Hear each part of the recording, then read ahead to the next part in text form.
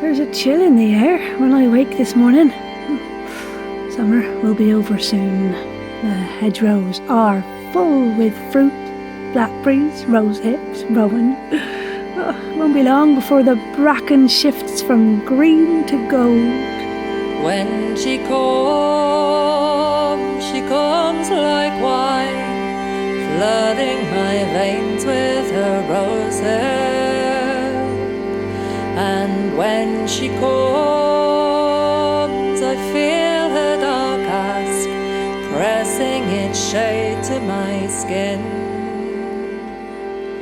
I let her The moon will be full in 3 days' time, and every creature on the moor is affected by its swelling, including me.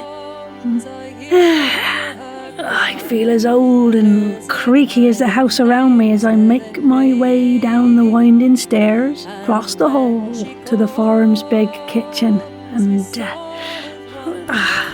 stir up the fire in the hearth. There's always a fire, summer and winter, leaching Dartmoor damp from the thick stone walls and drying herbs and medicinal plants that hang in bunches from the ceiling beams. My table is buried in books and papers. It's never tidy now Ivy's gone. I've lost the knack of domestic order during the years I've lived here on my own. You'd go feral without me, she used to say, and turns out she was right. And when she comes, we leap like flame and turn up our hearts to the moon. And when she comes, she leaves me wanting, forcing our parting too soon. I let her in, I let her in, I let her in, I let her in. Close by my teacup there are 3 brown envelopes, addressed, stamped, and ready for the post. Yeah, they've been sitting there for days, maybe longer. Time doesn't seem to mean much living out here in the wilds of the moor, and I've lost a knack of tracking it. I watch the moon, not the clock. I can go days without speaking to anyone now. Anyone human, that is. There's a scratch at the door.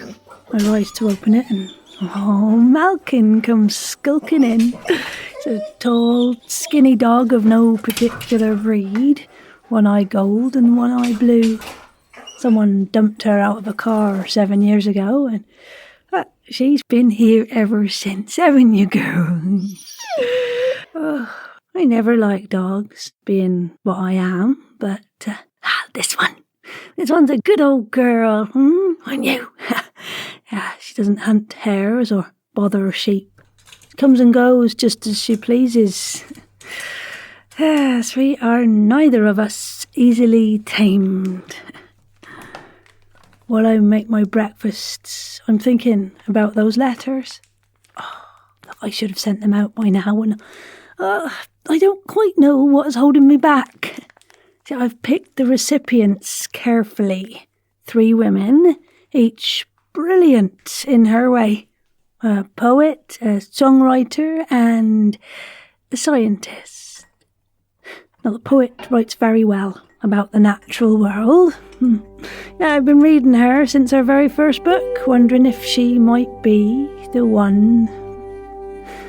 When she wrote that cycle on hares for her last collection, well, then I knew. Songwriter, it was an easy choice. Folklore and folk music share common roots, and she sings as though intoning a spell. She too might be the one. Now, the scientist. I puzzled over her. I've been thinking about an artist instead. That one that lives on the coast of Wales, and seems to have magic in her bones. But this young biologist wrote a piece about hares in a scientific journal that I only read because Ivy used to love it. Yes, underneath the precision of scientific language, there was, I don't know, it's just something else. Wonder, I can't quite name it. Something that surprised and moved me.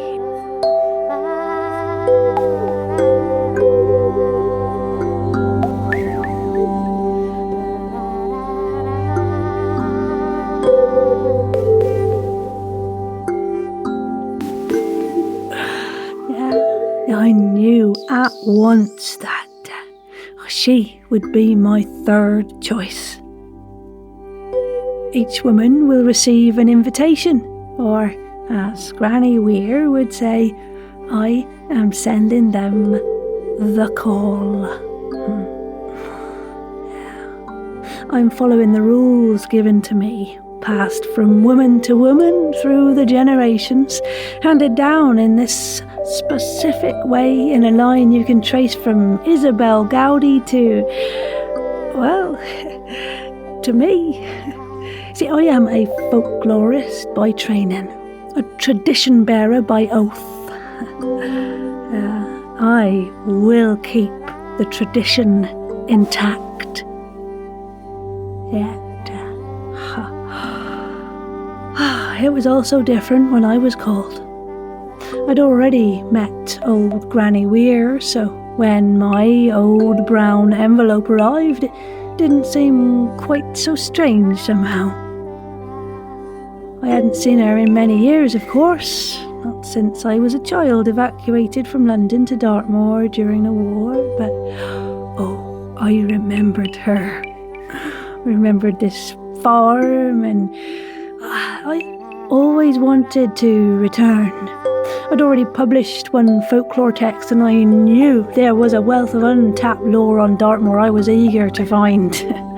Yeah, also, I had Ivy then.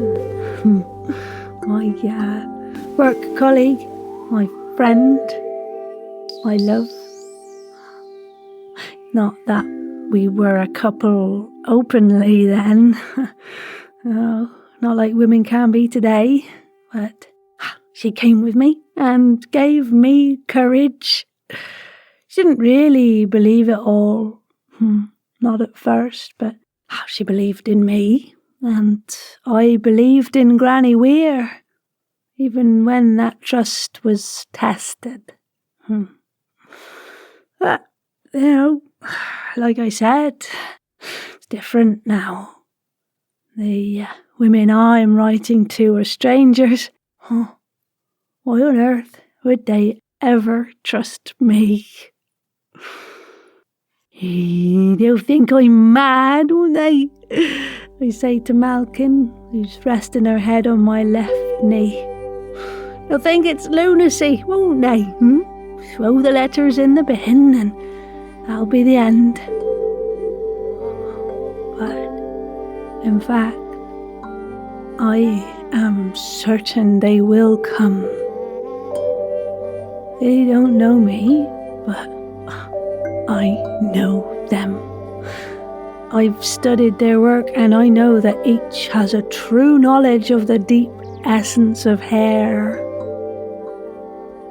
Call will bring them, like it brought me. Oh, it will hook them like a fish. Yeah. Come on, Malcolm. Come on. Be a good girl.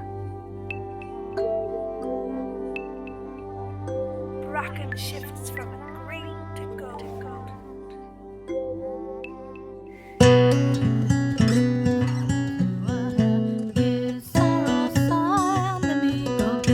I shall go into going to her with sorrow, sigh, and amigo care.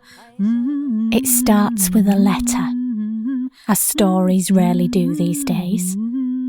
I subsequently discover that it was sent to 3 of us. Me, Katherine, and Ealing. My name's Molly Briggs, folk singer, folklorist, believer in weirdness and the sublimely odd. Then there's Ealine, sincere, mysterious, a poet, a writer of beautiful words, more in touch with herself than anyone I've ever known.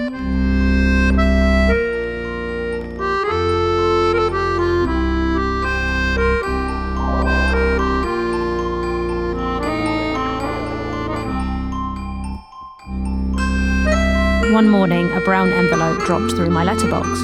On the envelope, handwritten, my name and address and a slightly smudged symbol depicting a hare. The text inside read simply, I know more about hares than you will ever know. I can show you what it feels like to be a hare. I can answer your questions and help your work. RSVP for details.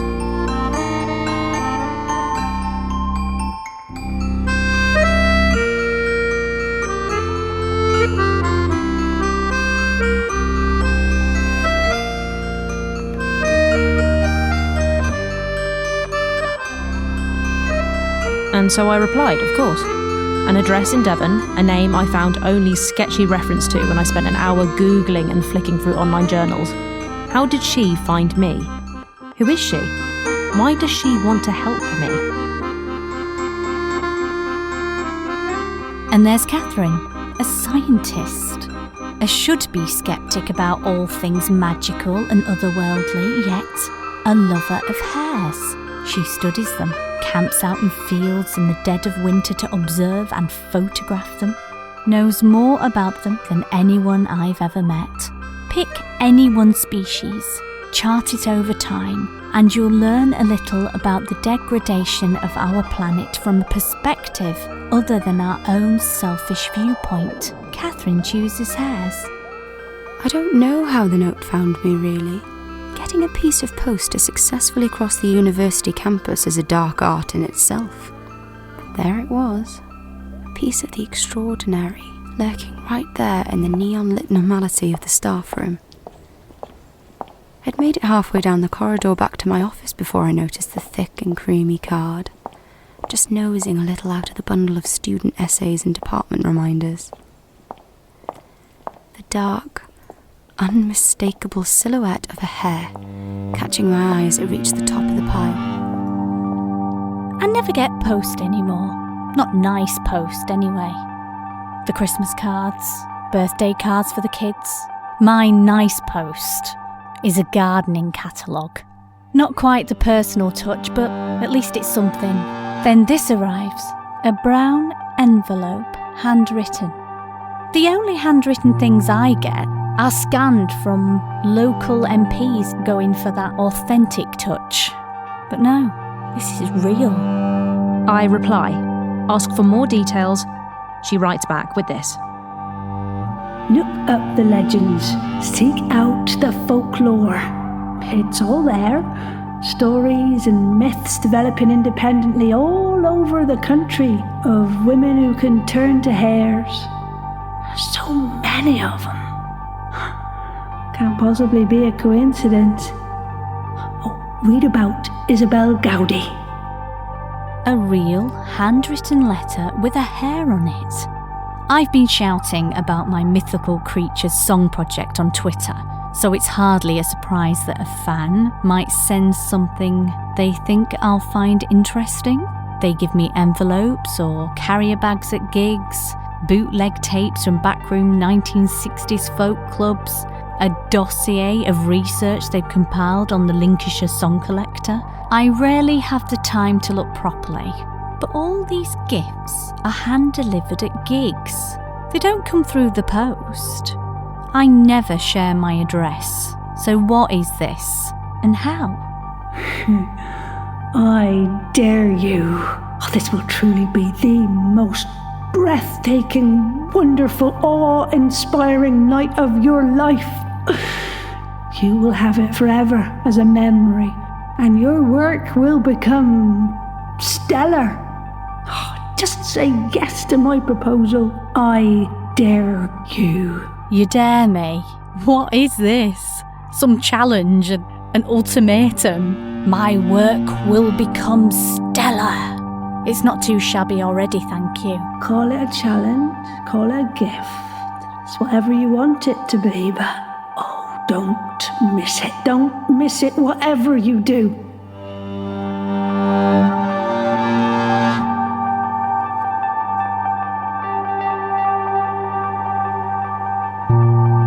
I read it twice, 3 times to make sure I've not misunderstood anything. It can't be serious. This is just nonsense. Like crazy people on YouTube who think they've seen aliens. Nonsense. I share it with a colleague and immediately wish I hadn't.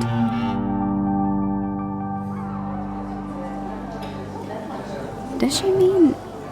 She can't mean that. Can she? It sounds stupid even as I say it, but I can't help myself. Yes, it is. A woman who says she can turn into a hare. Righto, sure. Read a lovely peer review on that one, just last month. You and I both know that science doesn't have all the answers. But let's assume it's not true. But she's interesting, right? That she should go to all this trouble for something this mad. Why bother? Why bother being crazy and writing weird letters to people she doesn't even know? I don't know. But if you're that concerned, why not pass her to the psychology department and see what they make of her? Honestly, Kath, you're a scientist, remember? Reason, proof, facts and all that. But aside the turning into a hare thing, just for a minute. Oh yeah, just put that aside. I mean, look, local knowledge, right? Folk wisdom, local traditions, weather patterns. We know there's valuable data to be taken from that. If she's lived in the area her whole life, if she knows the landscape, then that's worth an interview, right? What's the worst that happens? I get 2 nights paid for in a hotel on Dartmoor.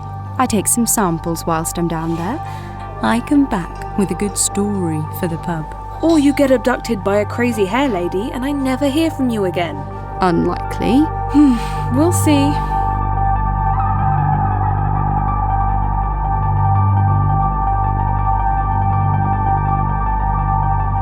Okay, so it's a bit weird. Definitely someone who knows my work but doesn't properly know me. She knows where I live, for God's sake. I find it a bit threatening, actually. Not quite the nice post I was hoping it might be.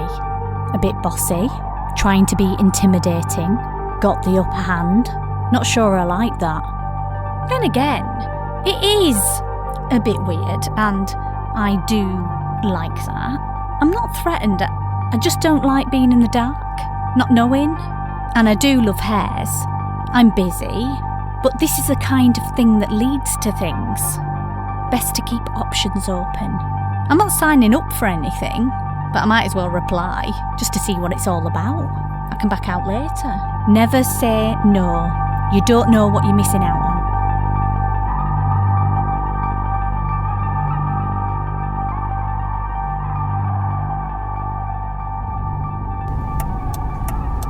Breaking the ring of the M25 feels like freedom in itself.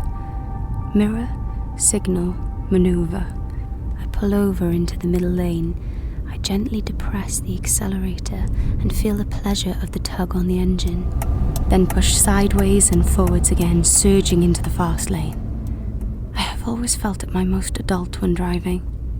The muscle memory of the gear change is a uniquely physical act for me. One of the few things I do with my limbs that I don't even have to think about for a second. I was never a sporty kid. Always picked last for the rounders and netball teams. Always convinced that time spent in the library was worth double that on the running track. For most of my life, I've lived in my brain, not my body. But this... What am I doing? I'm not quite sure how I got here. Sitting on a train to Devon. That letter, that innocent letter, with a simple RSVP.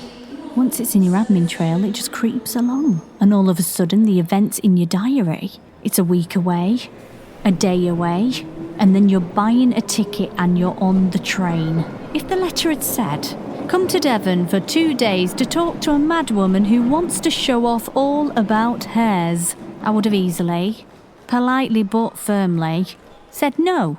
But something hooked me. Can't back out now, it's on a Google Cal. Anyway, the train journey will be nice. And a hotel for 2 nights. Plus, and this is rare, I don't have to do any prep because it sounds like she knows it all already.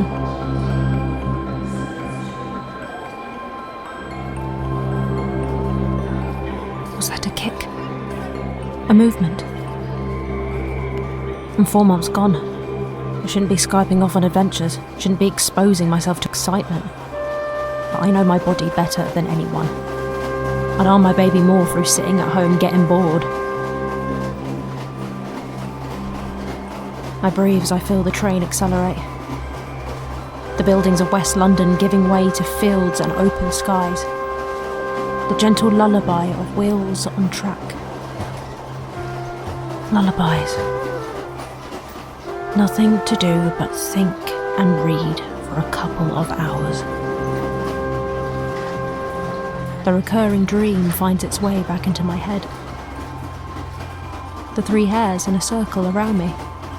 1 white, 1 brown, and 1 a March hare, signifying what? Madness. Confusion.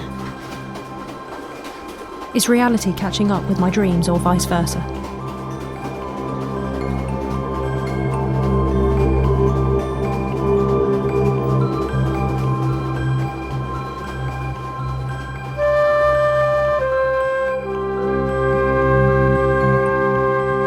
Everything I know, all my education, my expertise, my interest, as academics are fond of saying, none of that is going to count.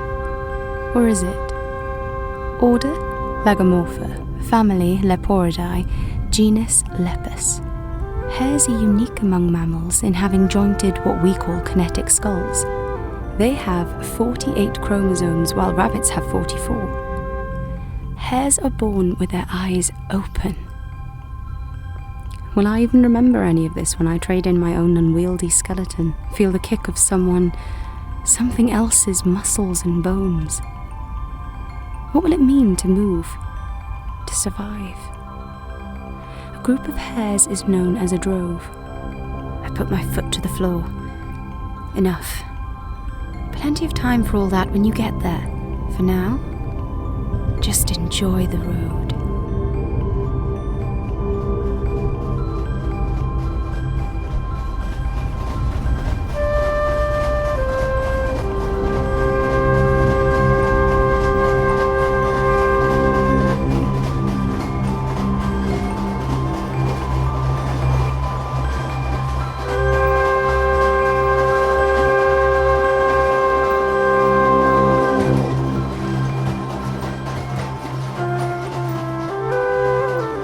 Away from my desk and my calendar, relaxing into the train journey, I feel the layers of scepticism melt away as we race through the countryside. You are interested in hares. You're writing an album of songs about mythical creatures. Be big enough to listen to someone else. Have an opinion and see where it takes you. Open up, listen. I think I'm softening, warming to this adventure and all of its possibilities. The racing blur of trees and hills seemingly dissolving the pressure of what I should be doing and shutting down the desires of the moment. I choose overpriced tea and a dry cake from the trolley. It's a long way from Sheffield, but I enjoy my picnic on the go. As England rushes past, its green, wooded mysteries filling my imagination.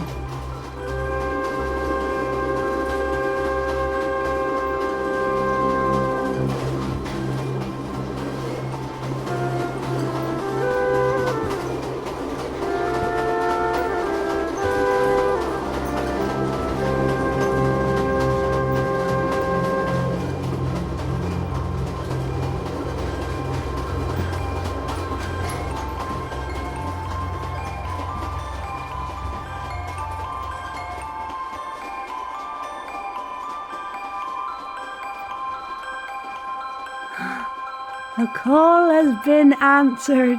It is all arranged. My poet, my musician, my scientist. All 3 women have made their plans and will arrive here soon.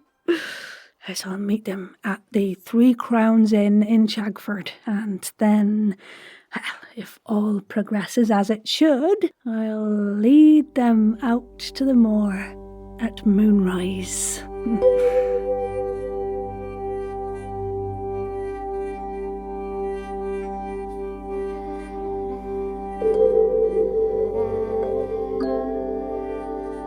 Yes, the rules have been followed.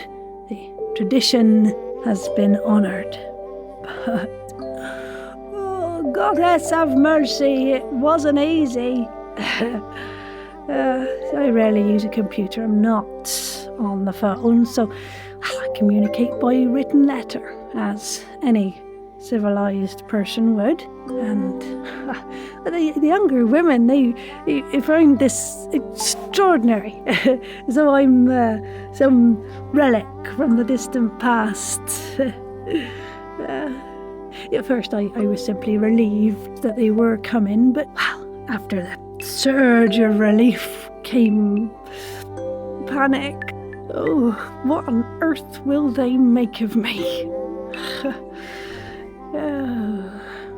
I had an idea that I'd invite them here to my cottage, give them something a bit more authentic. Is that the word they use these days? To mean real? I don't know. So I looked around at my old thatched house and I suddenly saw it through strangers' eyes. And, if they expected to meet some mad old witch in Devon, my housekeeping would certainly confirm it. Yes, I then spent a whole week cleaning and scrubbing, sifting through piles of mail, farm tools, old bills and out-of-date magazines, putting books back on shelves and hauling endless boxes of junk to the recycling centre. Underneath the mess, I found the bones of the lovely home that Ivy had made for us. A vision of the artsy, intellectual couple that we fancied ourselves and used to be. But since Ivy's death 40 years ago, I've lived alone, like Granny Weir, growing isolated and, yes, I'll admit it, more eccentric with every passing year.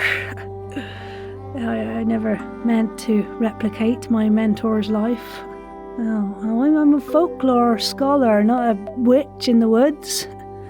But, with my long white hair, my shabby farming clothes, and my half-wild dog, and my entirely wild house, I see now that I am a little odd. So, in a fit of latent respectability, I take a broom to the floor, a brush to my hair, and, even give poor old Malkin a bath. Which, I don't mind telling you, Malkin detests, naturally. My mentor, Doris Weir, had always been alone. Doris was a spinster, not a widow. She was called Granny as a title of respect. She was known from the north to the south of Devon as a herbalist, a cunning woman, and a keeper of the secret ways that fewer and fewer remember anymore. Although she was young when she was called, she was known as Granny from that time forward. Oh, I'm the one known as Granny now. To those who follow the old country ways, Granny Whitehorn at Swiftfoot Farm. Oh, how that name used to make Ivy laugh. And yet, I confess I am proud of it. I mean, it's no small thing to be a keeper of tradition. Now, one of the women I've called to Devon will take the title after me. And soon we will know who it will be. My own calling is almost done. Yes, I am, believe it or not, 82, and it's time to pass it on. What will life be like afterwards, I wonder? A voice in my head whispers. I quickly push that voice away.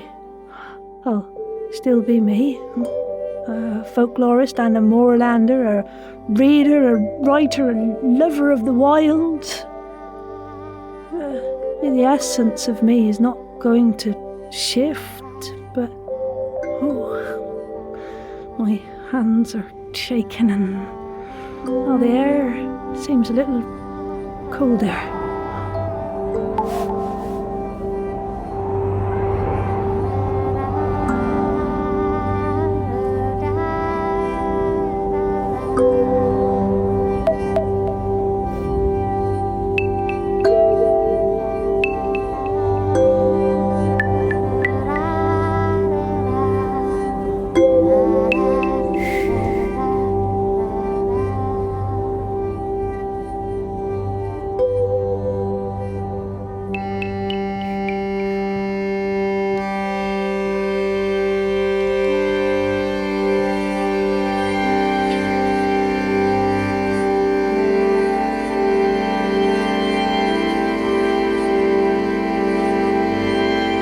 When she comes like wine, flooding my veins with her rose hair. And when she comes, I feel her dark ask, pressing its shade to my skin.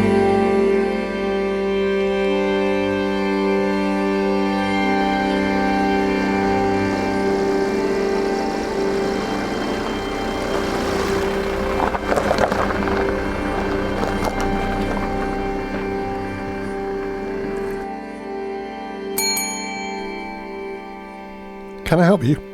Yes, I have a room booked. The name is Jones, Katherine Jones, and I'm due to be meeting Sally Whitehorn here at 6 o'clock. Do you know where I might find her? Ah, yes, you're expected, Katherine. If you'd like to go and join the other ladies in the back room, Sally will join you shortly. The other ladies?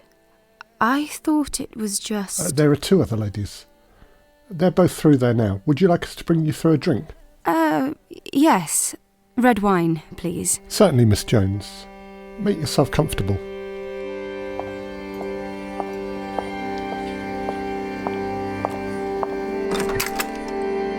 Hi, I'm Katherine. I understand you're both here to meet Sally? Yes. Hello. Come grab a seat. Travel far? London, not too bad. Oh, me too. Hello, I'm Ealine. I'm Molly. Listen, I'm a bit confused. I thought it was just me. Don't worry. We thought that too. Turns out Sally has created a little gathering. And you're both here because of the invitation, the letter? Yes. Kind of irresistible, wasn't it? Well, we're all here, so I guess it worked. Curiosity got the better of us. You're both into hares, then? Yes. I write about them. Molly sings about them. And you? I study them, their ecology, and photograph them, and I know it doesn't sound glamorous, but I camp out in fields and woods in the middle of winter to watch them on frosty mornings. That sounds gorgeous. Magical. It has its moments, certainly. There are times when my fingers are so cold I can barely press the shutter. When my breath mists up the viewfinder, so I have to take a picture on feel and instinct. But those pictures are the best. The most incredible. The miracle, as I call them. Oh God, that sounds like the first note I sing at a gig sometimes. Shivering with nerves so much I feel I'm frozen to the floor, and then through intuition or something, my voice pitches perfectly and... The words just flow, and the next thing I know, the blank page is filled with words. Just the right words. I haven't even had to think about them. I hope you don't mind I snuck in and heard you speaking, and you just confirmed in one line each that you are exactly the women I hoped you'd be. Oh, I can't tell you how happy you just made me. Oh, welcome. My name is Sally Whitehorn.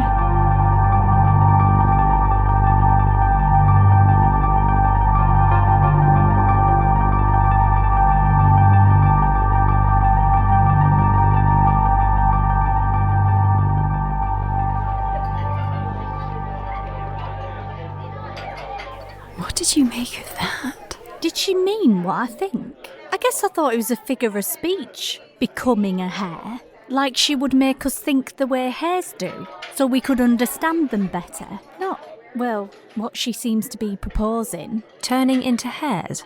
Is that what she was saying? I can't quite... Weirdly, it's a recurring dream I have. Of hares and becoming one. I know that sounds very strange. Really? And you've written about hares, haven't you? Yes, poetry and prose. I love them. Something about them possesses me. And I don't just mean the dream. I'm mesmerised by the thought of them. It's hard to explain. And I'm just here to remind everyone that whilst this gathering is lovely and informative and turning out to be really enjoyable, no one is going to be turning into anything. Science doesn't really allow for that sort of thing. In spite of what Auntie Witchy Woo was trying to convince us. Auntie Witchy Woo? Oh, that's good. Is that from a children's story, Katherine? If not, perhaps we could get Ealine to write one for us, Oh, where did you come from? I thought you left the room. Oh, it's the side door just behind you. It's got hinges like butter. Totally soundless. And besides, you're on Dartmoor now, Katherine. Things are different here. See, science, as you know it, doesn't always apply. Oh. Are we all hungry? I've ordered a bottle of red for the table. Would anyone prefer white? Trying to get us pissed so we all believe we've become hares. I think it might take a bit more than a glass of Malbec, but hey.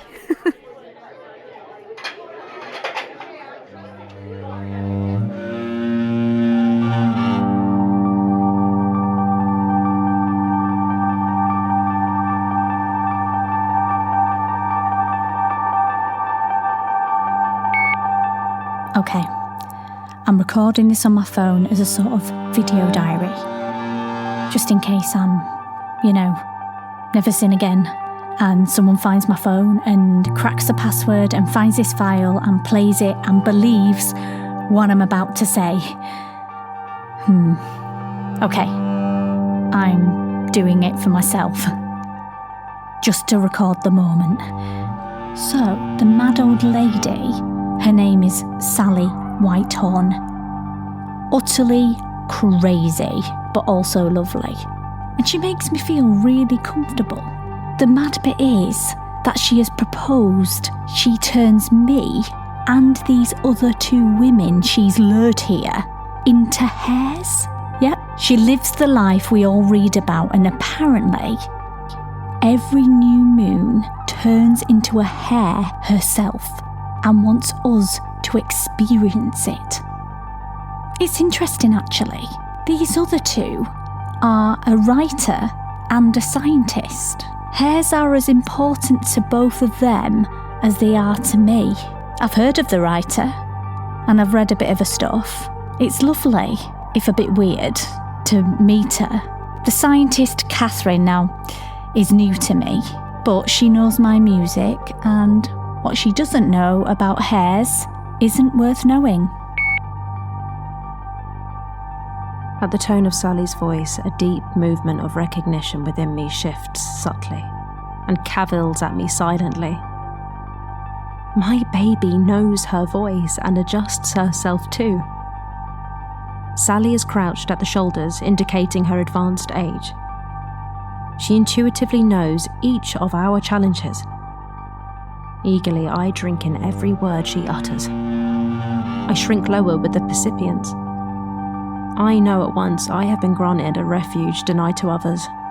I sense a lineage, a history, layers of history and myths stacked within her. I see too that she is scarred with the adversity she has known, both mental and physical. And Katherine says she's done too much mescaline, and we laugh, good-naturedly, but to me, she's a glamorous, matriarchal figure. A seductive dungeon master. I can't take my eyes from her. She's mesmerising. I believe her when she tells us that the forest is our mother, providing us with a fortress should we run into any trouble. I believe her when she tells us we can become hares.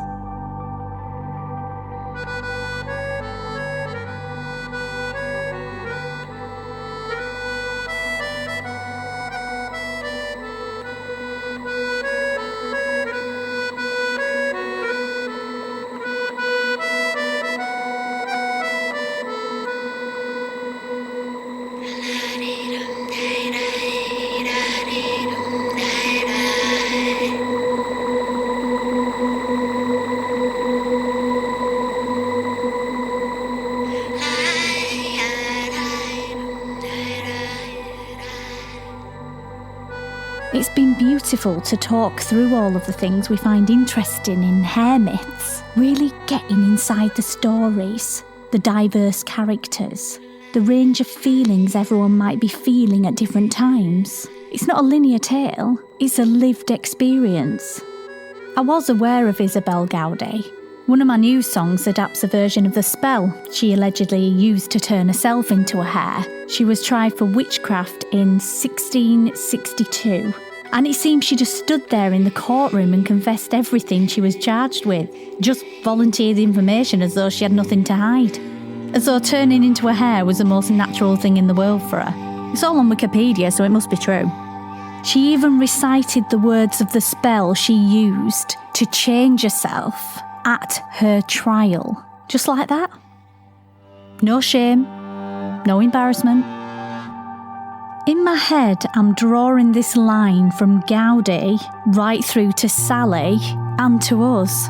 It scarcely seems credible, yet here we are. The lines between credible and weird are blurring. I'm not sure which side of them I'm sitting on anymore. We got quite into the parallels with women's experience and all the metaphorical aspects flitting between the actual story of the hare and how that might affect us as people. We talked about how we are always changing as people anyway.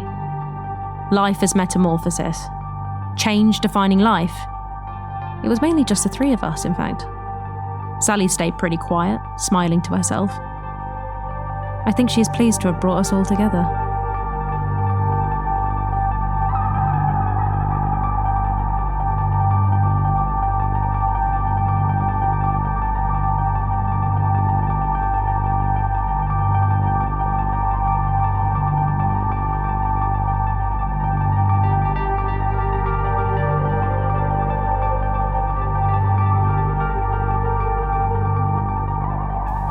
This evening is apparently the time for transformation. I'm not sure what Sally has planned for us. I expect some kind of ritual will be involved. We're going for a walk anyway. I've got quite in the mood talking about it all. I do believe the imagination can open you up to incredible new things, but am I believing this in my head? Or am I being swept along in this tide of like-minded people willing something incredible to happen? It's not exactly the date where I came looking for, but makes for a wonderful feeling of shared experience. And I'm starting to feel that alone has made this trip worthwhile.